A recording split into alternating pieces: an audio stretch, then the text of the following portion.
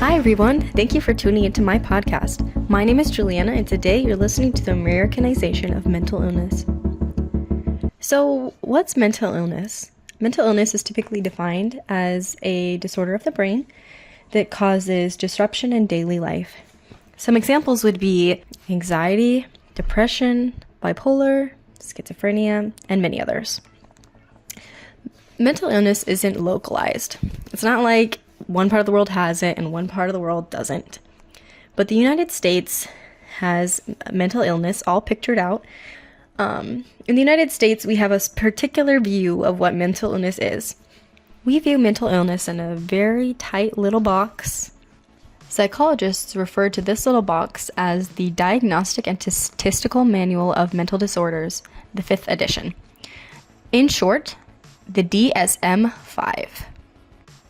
It was put together by the American Psychiatric Association, or the APA.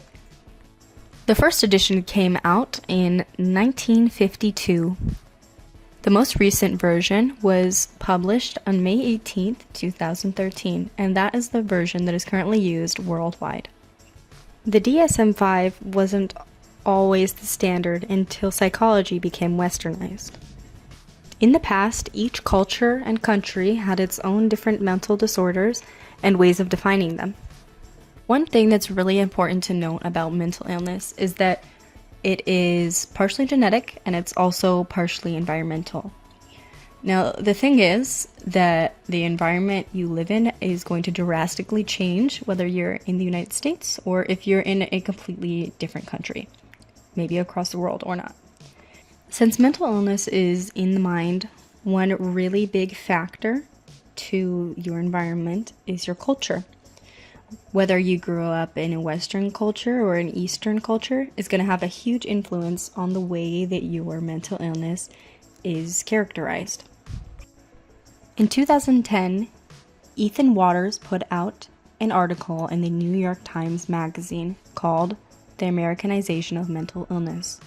In this paper, he discusses an example of how mental illness is different here in the United States versus other countries, and how the American version of the mental illness is adopted in other places over time. The example comes out of the University of Hong Kong in China by a researcher called Dr. Sing Lee. In the early 1980s and 1990s, he was able to observe a different version of anorexia nervosa. In Hong Kong, anorexia typically showed up in a different way than it does in the United States. In the United States, it's often associated with fear of gaining weight or dieting or other means of becoming skinny and never thinking that you're skinny enough, but it's quite different in Hong Kong. Typically, these patients only showed fear of having bloated stomachs, but they were never dieting or any of the other more American symptoms. This all changed on November 24th in 1994 when an anorexic teenager named Charlene died and collapsed on a busy street in Hong Kong. Now, this death caught a lot of attention on social media and local newspapers. The local papers were titled, "Anorexia made her all skin and bones. Schoolgirl falls dead on the ground." Or another one said, "Thinner than a yellow flower. Weight loss book found inside a school bag. Schoolgirl falls dead on street." This caused a huge change in the way that anorexia nervosa was exhibited in Hong Kong. Suddenly, it became westernized. Frankly, the same thing happens with other mental illnesses as well. Personally, I grew up in the United States and was diagnosed with my mental illness here in the United States as well. A couple of years ago, I was diagnosed with bipolar. The kind of symptoms that I have experienced, or I know that others experience, I think is quite different than how it might be around the world.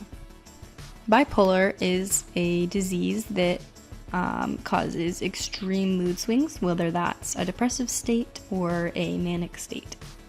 Now, I believe that mania could definitely be experienced different based on culture. One example that I like to bring up is that overspending is often seen as one of the main symptoms of mania.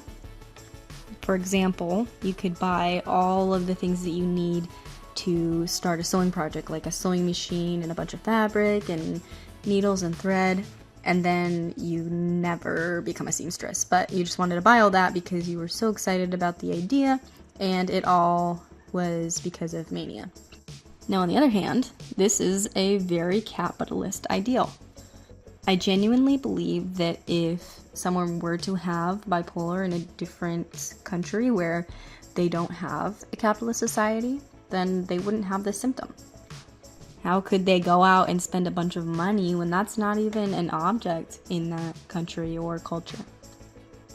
Not that this is the only example I can think of where a mental illness is culture specific, or even a symptom of a mental illness is culture specific, but it's definitely one that came to mind when I was thinking of my own disorder. I think that one of the biggest reasons why in today's world we have a huge westernization of mental illness stems from social media. I find myself going on social media and seeing people promote mental illness all the time.